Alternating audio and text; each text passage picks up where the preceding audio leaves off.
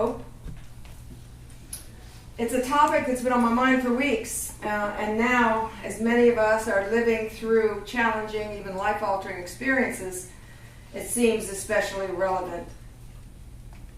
I've always been a bit confused about the whole notion of hope. I know some of you have also. Too often, hope is seen as something weak and unempowered, sort of like a passive, wishful thinking. So I got to work in my way and studying the work of the great Buddhist teacher Tara Brach on the subject of hope. And I've gotten some interesting insights to share with you today. For the purpose of this message, I think we need a common definition of hope. All right, and here's the one I'll be working with. Hope is an abiding attitude of trust in our unfolding lives, in the basic goodness of people, and in the unlimited possibilities available in every situation. Powerful. Not what I thought I was hoping for. Many of you may have heard this story. There was a big tough samurai who went to see a little monk. "Monk," he barked in a voice accustomed to instant obedience, "teach me about heaven and hell." The monk looked up at the mighty warrior and replied with disdain, "Teach you about heaven and hell? I couldn't teach you anything.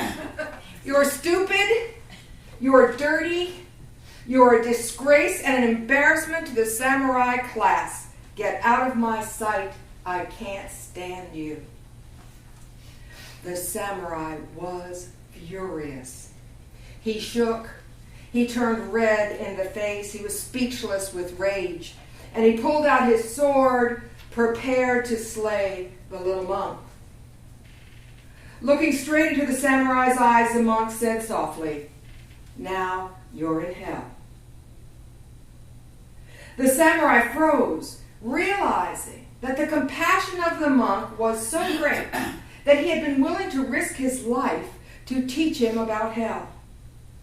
And so he put down his sword and fell to his knees, filled with humility and gratitude. And then the monk said softly, "And now you're in heaven."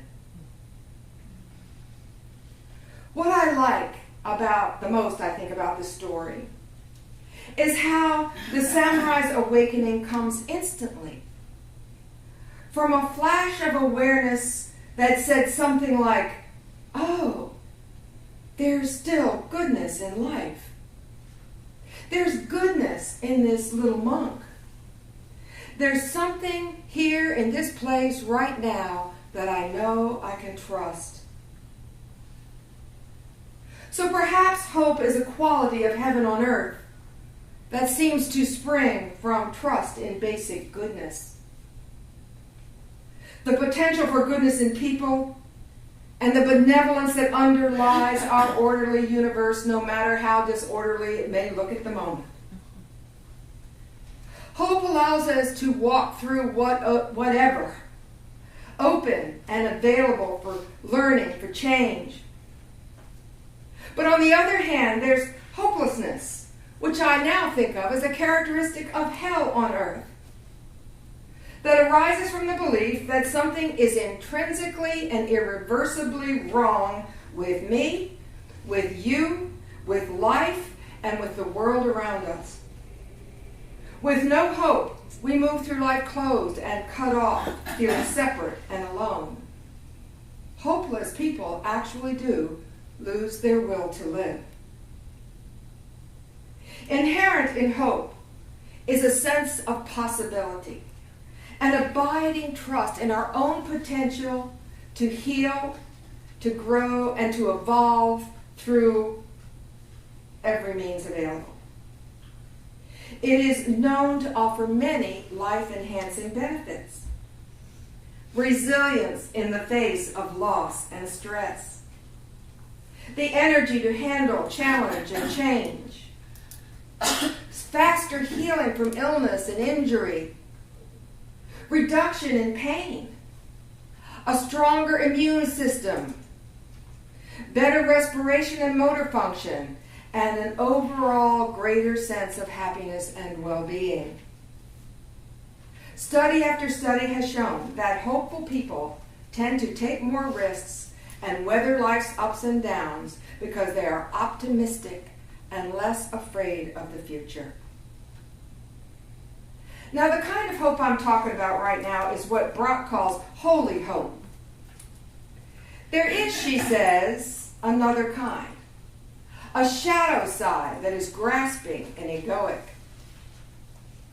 She quotes T.S. Eliot as saying, "I told my heart to be still and not hope, because hope would be hope for the wrong thing."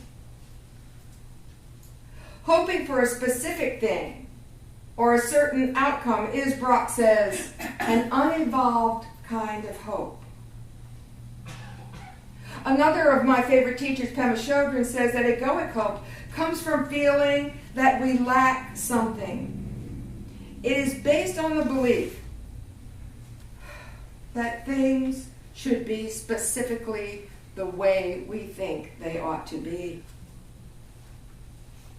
With egoic hope, our mind and heart are actually held hostage by our limited perception of how things ought to be.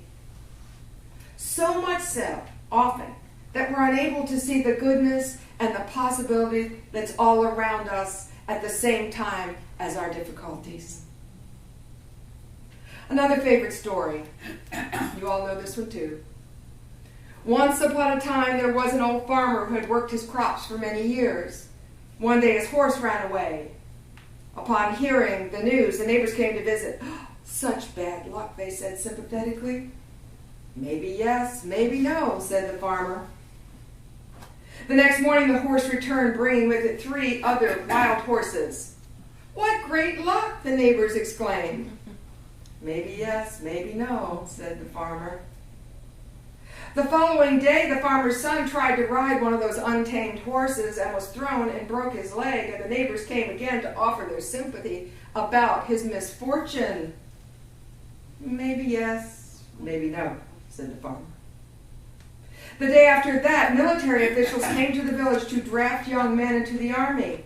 Seeing that the farmer's son's leg was broken, they passed him by.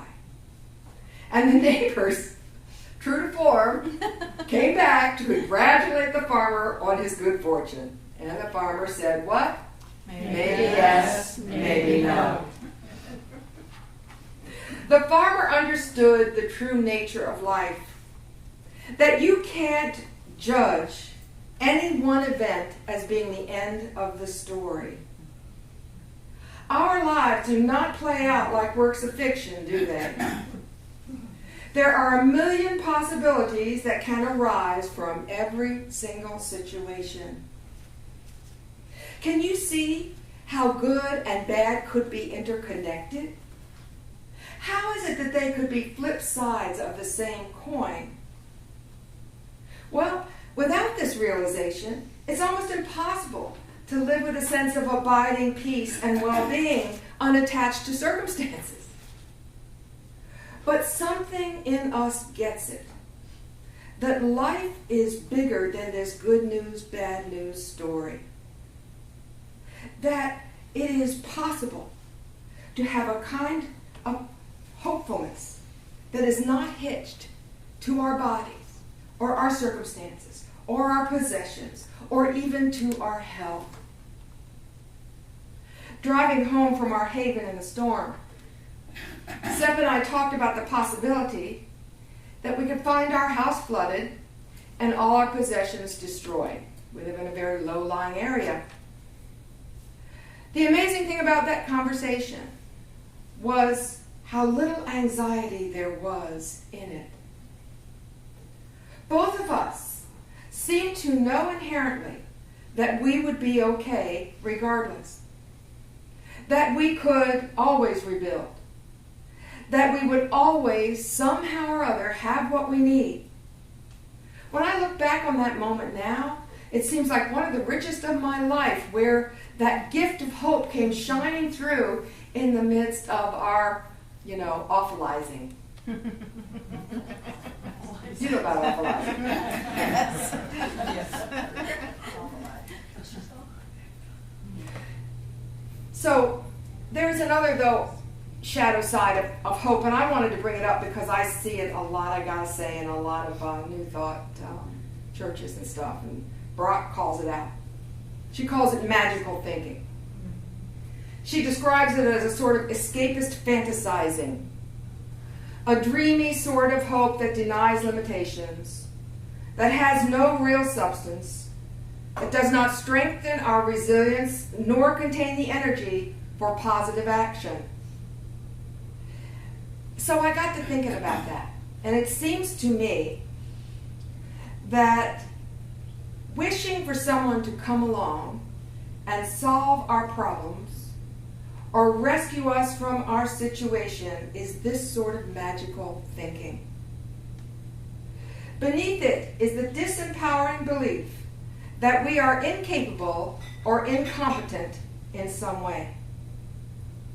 Though we all need support and help from time to time, it's a whole other thing, and I know we're not doing that around here right now, but I've seen people do it. And it's a whole other thing to sit by and wait for God to act like our personal knight in shining armor. So there are three basic qualities which move us, she says, from egoic to holy hope. First is aspiration, a purpose or a desire. Second is trust that our aspiration is real and possible.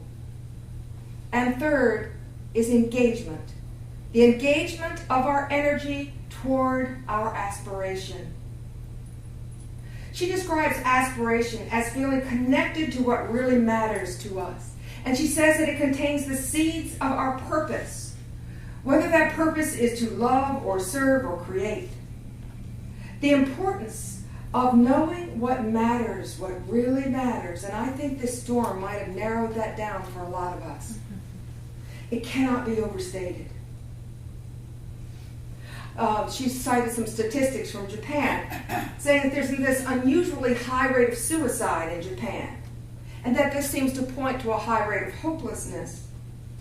There's a man there, a teacher named Nomoto, who wants to help with this, and so he goes around doing workshops on purpose. One of the exercises he does really spoke to me, and I'm going to share that with you right now. If you just kind of get in the heart, centered in the heart. He instructs the participants to imagine that they have just been told they have 3 months to live.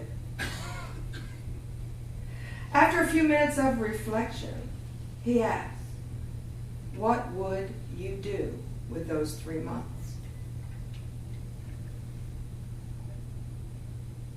After another pause, he says, imagine that you have just learned you have 1 week to live. How would you spend that week?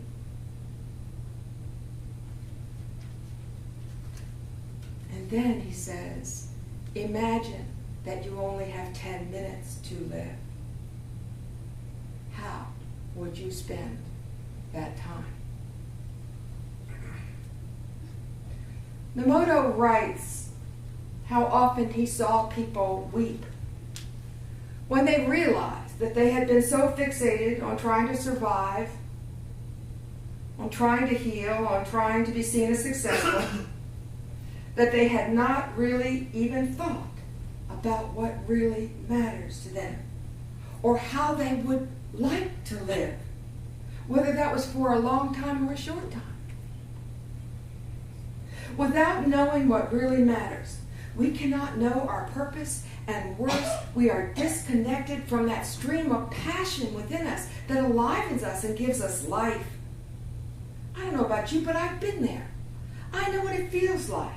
I know what it feels like when I sort of have the sense that there's a dullness and that life might even be pointless.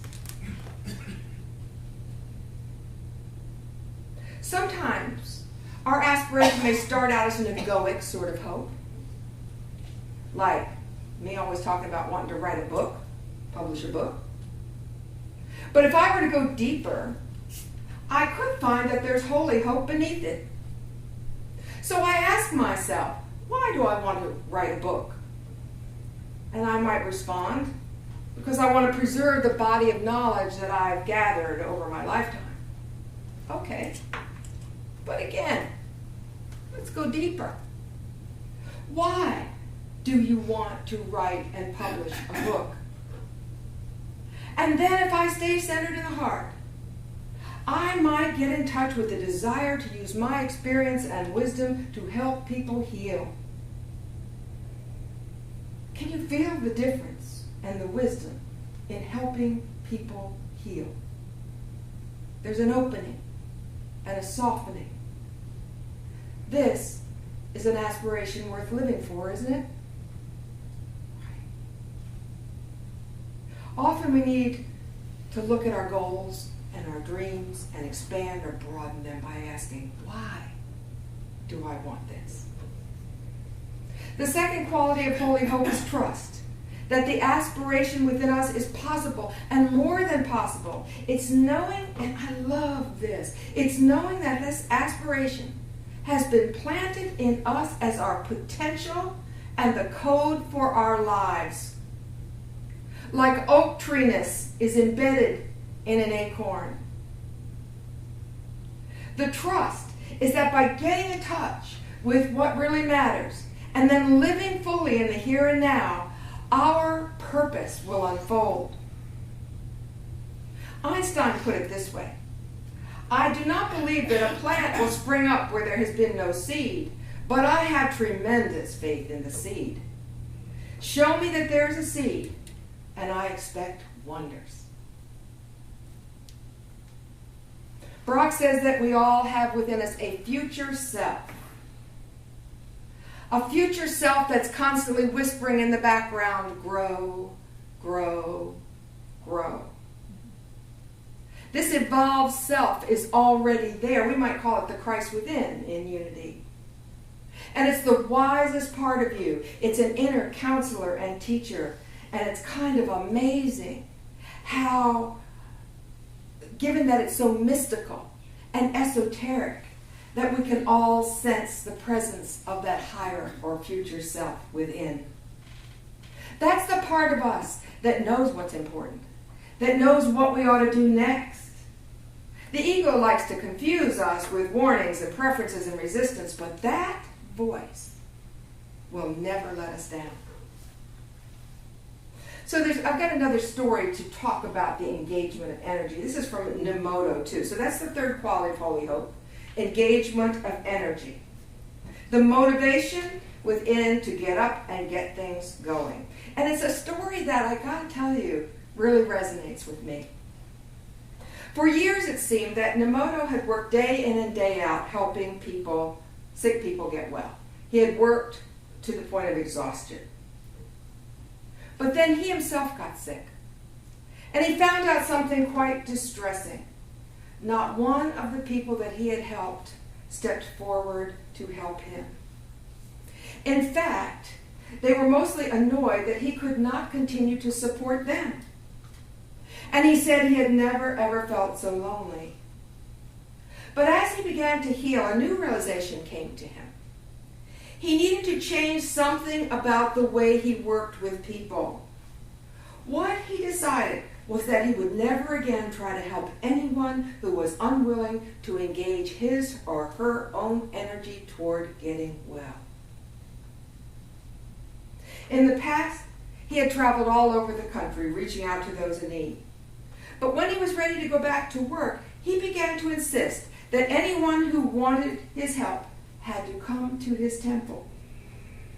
And as it turned out, not too many came, but those who did had great progress. So he tells about this one man who walked for 5 hours to get to the temple, and he calls it an heroic journey. For the man had been a recluse for years because he was so discouraged and weakened by his illness. But there he was, suddenly out on the road, in the sun, exercising, walking, sweating. As he walked, he thought a lot about his situation and imagined what Nemoto would say to him. And when he finally arrived at the temple, he announced that he had achieved understanding about his issue and the actions he needed to take and no longer required Nemoto's help. So he turned around and walked home. The man recognized that he wanted healing. That was his aspiration, do you see? He knew Nemoto trusted that his ability to heal, and that trust was contagious, and it built his trust in himself. He began to believe that his healing was a very real possibility. Getting clear about his aspiration and this growing trust within him gave the man energy, and so he was willing to get out on the road. And in the process, he activated the wisdom and power that was already in him.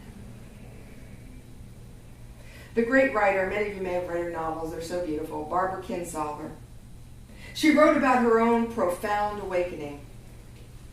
Here's what I've decided, she said. The very least I can do in my life is to figure out what I am hoping for. And the most I can do is to live inside that hope. Not admire it from a distance, but live under its roof. So those three. As I look back, the people that I know who have continued to grow and evolve and thrive have these three qualities of holy hope. They have a dream, an aspiration. They know what matters. They trust that the dream can unfold as possible, and they're willing to dedicate their energy toward that end. I think in a Rumi as I end, saying to let the beauty you love be what you do. There are hundreds of ways to kneel and kiss the ground. God bless you.